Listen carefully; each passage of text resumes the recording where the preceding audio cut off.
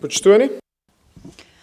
Dear all, it is my great pleasure that today, together with the President of the Government, Mucunski, and the Vice President of the European Investment Bank, Mr.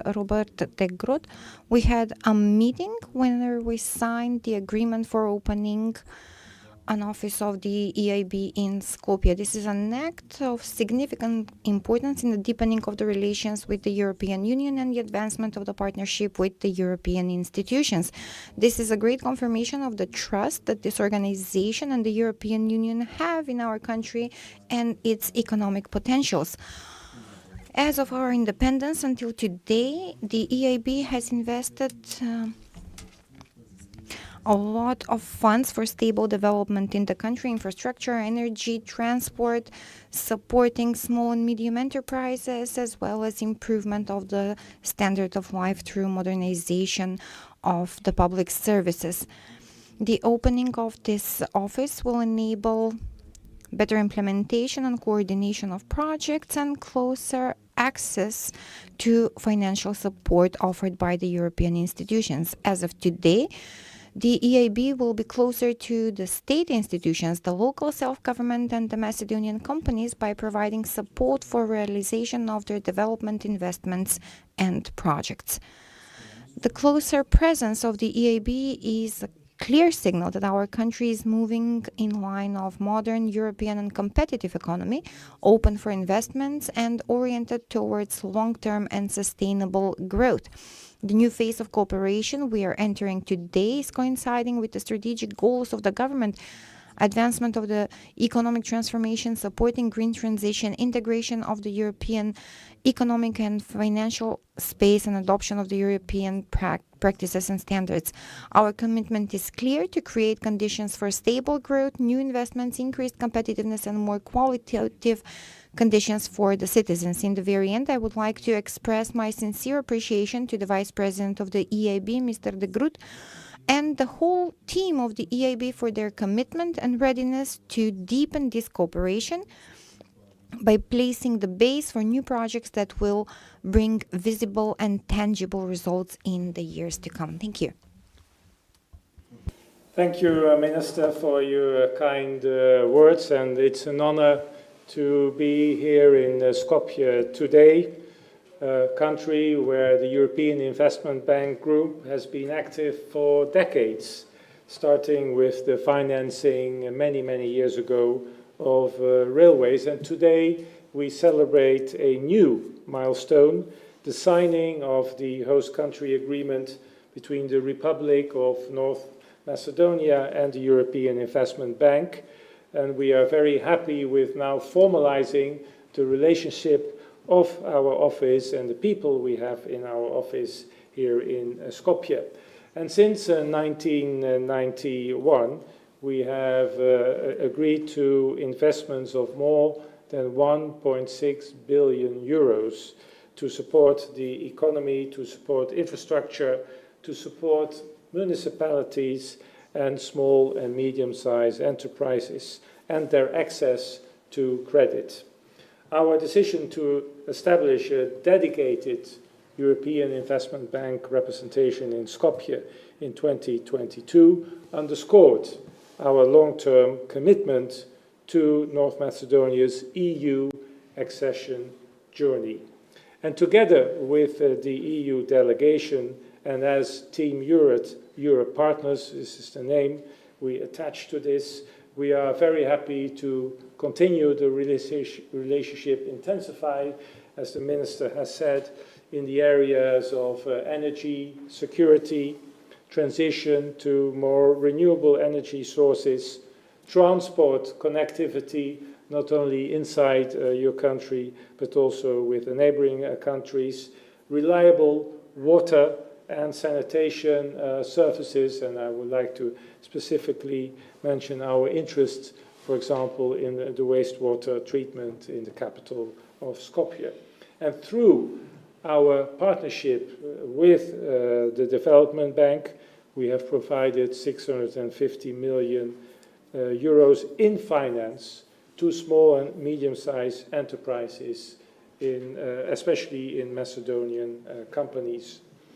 Our technicians within the bank offer help and support to create new projects and transfer knowledge to green the financial and the corporate sector. Now, looking ahead, today's formal recognition of the European Investment Bank's status in North Macedonia will allow us to deepen our cooperation and grow our portfolio of finance projects in line with the priorities of the government.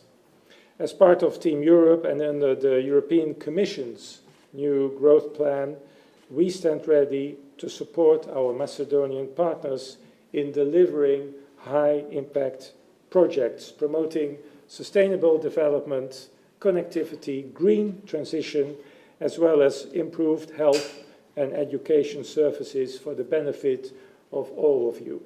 I'm convinced that together we can build a stronger future for North Macedonians and on your path to EU accession. Thank you very much.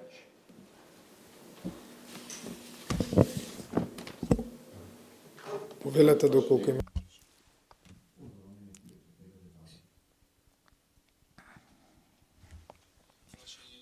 A question to Minister Mucunski. Minister, having in mind that now the authorities of your ministry are expanded, I would like to know, when it comes to foreign investments, who agrees on these foreign investments? Is this your ministry or the people in the diplomatic consular offices? You've seen that we were recognized as one of the countries which in the period of the previous years has made and brought a lot of foreign investments. And all new investors who have arrived in the last year, and most of them have been presented here on press conferences together with the president of the government, these investments are done coordinated through the ministry, the Agency for Foreign Investments, the Directorate for Technological and Industrial Development Zones, the Office of the President is always involved. We work as a coordinated team and always with our input. The contact with the foreign investors and those who have come in the past year and those that we are expecting as announced by the Prime Minister and with whom we should sign agreements in the following period, we have established contact in different manners. Sometimes the contact has been made through diplomatic consular offices, situations and examples when this has been done after a direct contact of the company itself. So I cannot say that one or another way has prevailed, but I can say that we work as a coordinated team. Our consular offices, after receiving these authorities, are assigned with specific instructions and with more dynamics. And always when I have bilateral visits outside the country, I'm part of the economic team of the government, and we are very coordinated on these matters. So it is not all right to say that a certain investment which has been made through the communication of the diplomatic consular offices, because it is not the merit only of my institution. We work together in this process and we work as a team.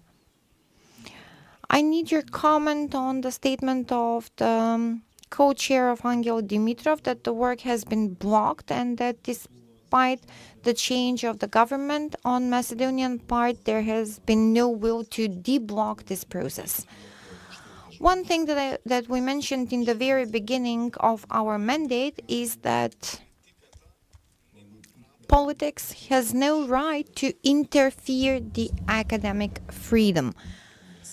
The obligation of the members of this committee is to discuss, to debate, and if they manage to make some conclusions based on which, through the prism of their scientific knowledge, will succeed to coordinate. So politics does not interfere this committee, since I'm the Minister of Foreign Affairs and since the Prime Minister Mucunski has been in his position. We have not influenced this, something that has happened in the past. The members of the committee have witnessed this. If I start debating what Mr. Dimitrov said, and believe me, I have my personal view as a human, as a person, in many matters he mentioned in the past period, then I will probably reach the goal he wants, to politicize this process. I can only say, and I reiterate this, both as an individual coming from the academic community and as a minister, is for them to work as scientists within the frame of this committee. And from what we know about history, yes, probably there are different interpretations on both sides of the borders, but we want to leave the academic workers to debate, to discuss, and if they succeed, to come to certain conclusions. We must not put pressure on them with our interpretation of the facts, and we must not set timeframes. They are free to work as they think best. Minister, I would like to relate to the first question of Mr. Zancharevich. He spoke of the foreign investors in our country, but we have another problem for our companies which work on the foreign markets. There are new rich markets, Africa, Middle East, and in most of these regions we do not have embassies. For example, in Africa, I think we have one embassy in Egypt. Maybe there is another one, but I know that only of that in Egypt. On Middle East, we have problems with bringing people here. The visa regime is very strict. For example, for Iraq, we have companies there. Also in Vietnam, are there any chances to reinforce our diplomatic and consular offices in this region, in these potent regions, so that we can make use of the opportunities for our companies to be supported in a diplomatic manner? Are you thinking of reinforcing the diplomatic presence of Macedonia in these regions? Mr. Temenugov, you are quite right. Until a certain period, markets with great potentials have been neglected. As a concrete example of what you said is the decision for opening a new embassy in Saudi Arabia, a country with which we have some serious potentials. And we expect that in 2026 we will have this new diplomatic consular office. Furthermore, the visit that was paid by Prime Minister Mucunski with a greater delegation to the United Arab Emirates. And we expect, next to the visa alleviations for our citizens and for our business, we expect that the United Arab Emirates and the relation with them will be intensified. I cannot speak at this moment due to some confidentiality agreements, but we will have benefits from this visit, and the citizens will feel them very soon. And yes, I agree, there are various markets, and my priorities as Minister of Foreign Affairs and Foreign Trade is in 2026 to visit some of these markets in Africa and Asia.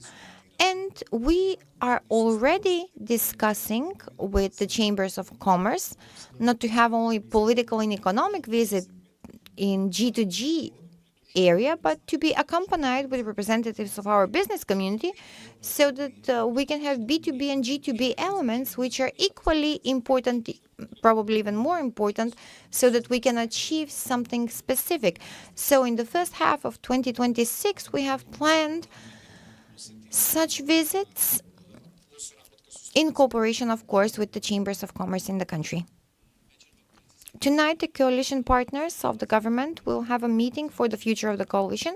What are your expectations from this meeting, and do you expect that VMRO DPMNE will make some space for the coalition partners? We have an ongoing communication which is lasting and will continue in these days with our coalition partners. I do not believe that making agreements or setting conditions should be done through media. With my utmost respect to the media, I think that these are questions which we should deal between ourselves and then to publish them. That is how trust is built, when you function as one collective unit that works to achieve success. So, taking into consideration the functioning of this coalition in a period of year and a half, when with all the challenges we cooperated quite successfully and we have common capacity to overcome all these challenges, I'm convinced that in the forthcoming days we will achieve an agreement which will be directed at increased efficiency of the government. One thing that the Prime Minister has also underlined, but allow me to reiterate this, we are not speaking of the number of positions for the coalition partner. We are speaking of the capacity of the individuals, their knowledge, their experiences, and how they will contribute towards the institutions which they wish to lead. We should not focus so much on quantity. We should focus more on quality. This should be the priority of all coalition partners in the government. Thank you very much.